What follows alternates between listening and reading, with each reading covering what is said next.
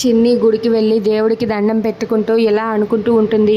భగవంతుడా, ఎలాగైనా సరే మా అమ్మ నాన్నని కలిపావు, అలాగే మా కుటుంబం చల్లగా ఉండేందుకు మీరే ఎలాగైనా సరే మా మీద దయ ఉంచండి. ఎందుకంటే మా అమ్మ నాన్న పెళ్లి జరిపించారు, అలాగే మా నాన్న మీద పడ్డ కేసును కూడా మీరే వాపస్ తీసుకునేలా చేయండి. అందుకే నేను మిమ్మల్ని కోరుకోవడానికే వచ్చాను. మా ముగ్గురం కూడా సరదాగా కలిసి ఉండేలా నువ్వే చెయ్యి దేవుడా అని చెప్పి చిన్ని అయితే ఆ దేవుడిని వేడుకుంటూ ఉంటుంది. అలా చిన్ని అయితే ఆ దేవుడిని వేడుకుంటూ ఉండగా ఇంతలో అక్కడ ఉన్న కావేరి అయితే ద్వీపం పెట్టి హారతిని ఇవ్వడానికి అయితే బాలరాజు దగ్గరికి వస్తుంది. ఇక బాలరాజు ఆ హారతిని తీసుకొని చాలా సంతోషిస్తాడు. అలా కావేరి బాలరాజు వాళ్ళిద్దరూ కూడా చాలా సరదాగా ఉంటారు.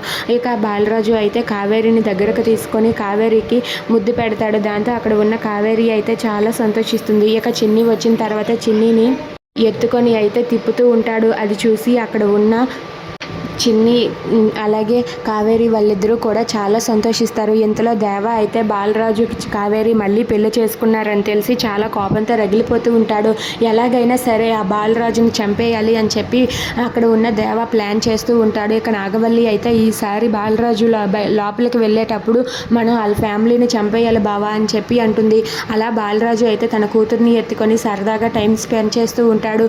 అలా వాళ్ళ ఇంట్లో అయితే ఉండి చాలా సంతోషిస్తూ ఉంటాడు. ఇక అక్కడ ఉన్న దేవ అయితే మాత్రం వాళ్ళని ఎలాగైనా సరే చంపేయాలనుకుంటాడు. Please subscribe.